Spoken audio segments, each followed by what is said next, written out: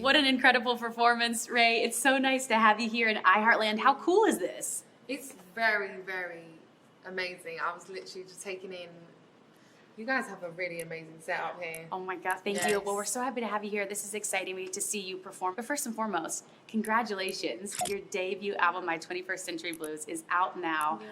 Let me just start by saying this. How are you feeling? I feel like this has to just be such a monumental time, not only in your life, but in your career. Yeah. It is. It's nuts in so many ways. I think, it's a milestone I always was waiting for the day to achieve. Just releasing an album. I think when you decide to become an album, it's part of the experience you imagine. Like, what will my album be like? What will it sound like?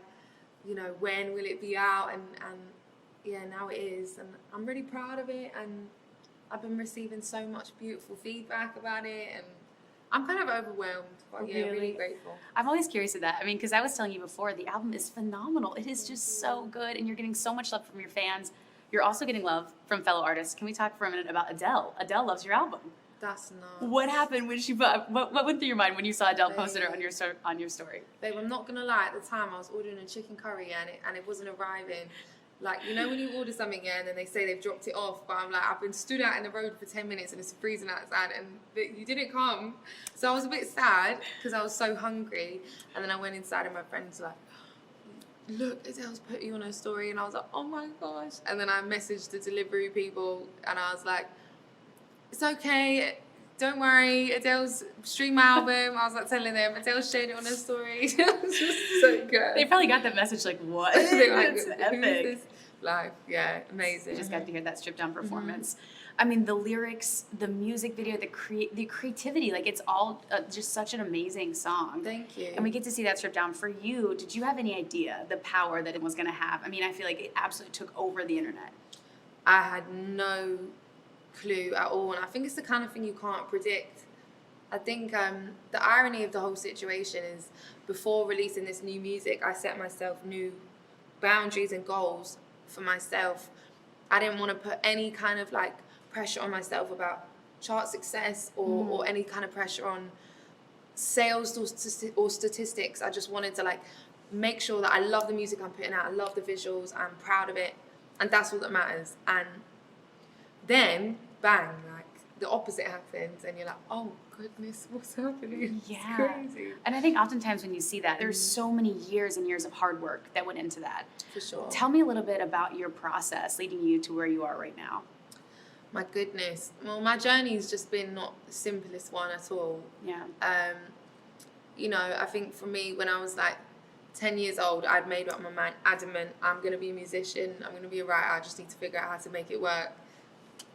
Go hard or die trying. Like, I was in, and I think I had a wild journey. Like, I started songwriting as well for other artists, and I got my first cut when I was 17, and then I signed my record deal at a similar time, and then I was there for about 7 years, and it just didn't work out. Like, and I think for me, I always wanted to be an albums-based artist. I don't want to like just move or chase whatever. Like, I just want to make music I love. Like, that's all that should matter as a creative, I think.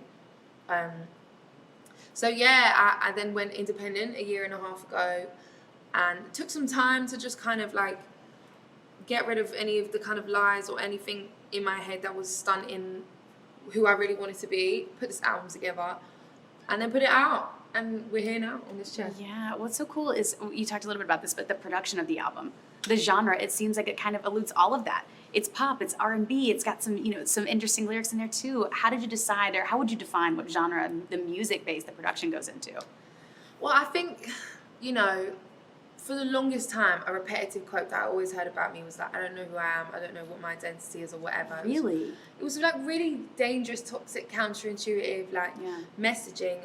And I think, I'm a woman of mixed heritage. Like, I'm from many different places. I was raised with many different cultures. And I'm a writer, and I adore and obsess with music. Like, asking me to choose like one thing for me personally, especially for my first body of work, because it took so long, I couldn't do it. So I decided to rebel hard against those things that I'd been told for so long, and just put together a body of work with no sonic through line. So I think, it is many different things and I'm proud of that. Yeah, and it paid off. Yeah.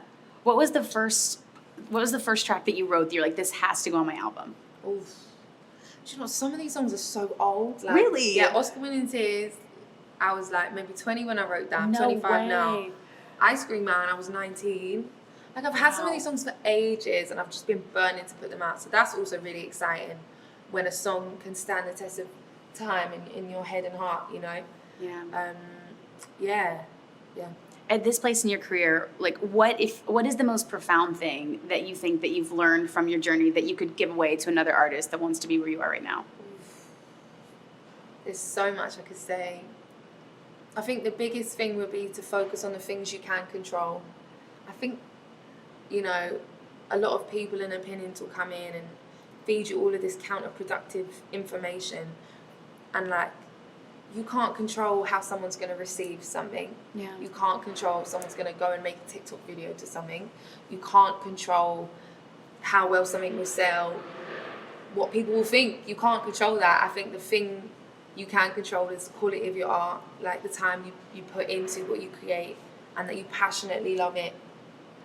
Like, focus on the things within your power opposed to everything out of it. Yeah. Yeah. It's a bit of advice that I'm sticking to. No, that's beautiful. Yeah. I mean, and I just feel like, Raye, with this album, I just know you're going to get everything that you deserve and more. Stop. And I'm so excited for you. What do you dream about next? What's next for you? Oh my gosh, I'm so excited to write my next one, because I know this has only just come out, but like, the freedom creatively I feel now, like, I think my 21st Century Blues is a collation of a lot of old songs. Mm-hmm. You know, it's kind of like a mosaic to me, like broken fragments from different times in my life put Oh, that's together. interesting. Yeah, and I think like the place I'm at now, like, oh my gosh, I just cannot wait to create this. Do you already have like a theme in mind? Do you have some ideas in mind? I have some feelings and intuitions in mind. I also really want to like push myself out of my comfort zone, and I want to be more involved in the production than I ever have.